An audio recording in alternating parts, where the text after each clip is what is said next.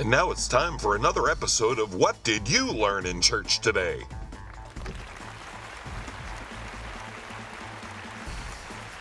This week's episode, the Easter Conundrum.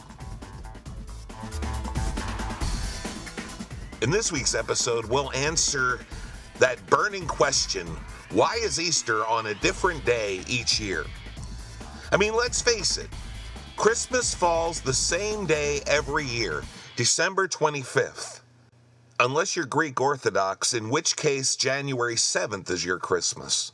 That's because most of the Orthodox churches follow what they call the Julian calendar rather than the Gregorian calendar, the one most of the rest of us use, where a year is 11 minutes shorter. The Julian calendar makes up for the difference by skipping leap year every 100 years. But that all gets very confusing. So we'll use the Gregorian calendar from this point forward, because this figures into Easter, believe it or not. The dates of Easter are tied to the dates of the Jewish festival called Passover.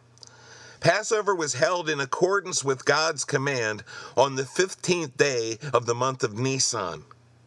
Nisan? No, Nisan. It's a month on the Hebrew calendar. Another calendar?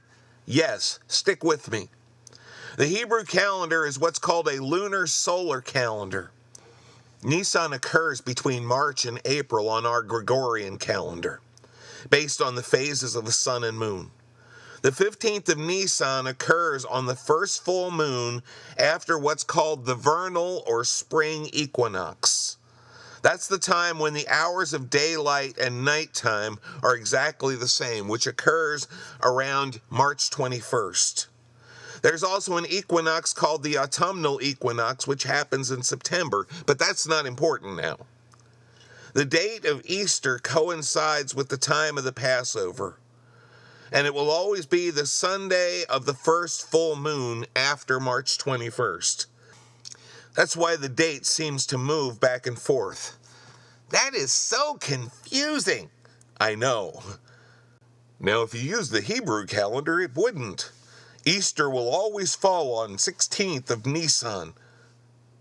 For the rest of us, just watch your calendar. And that's all we have for today's episode of What Did You Learn in Church Today?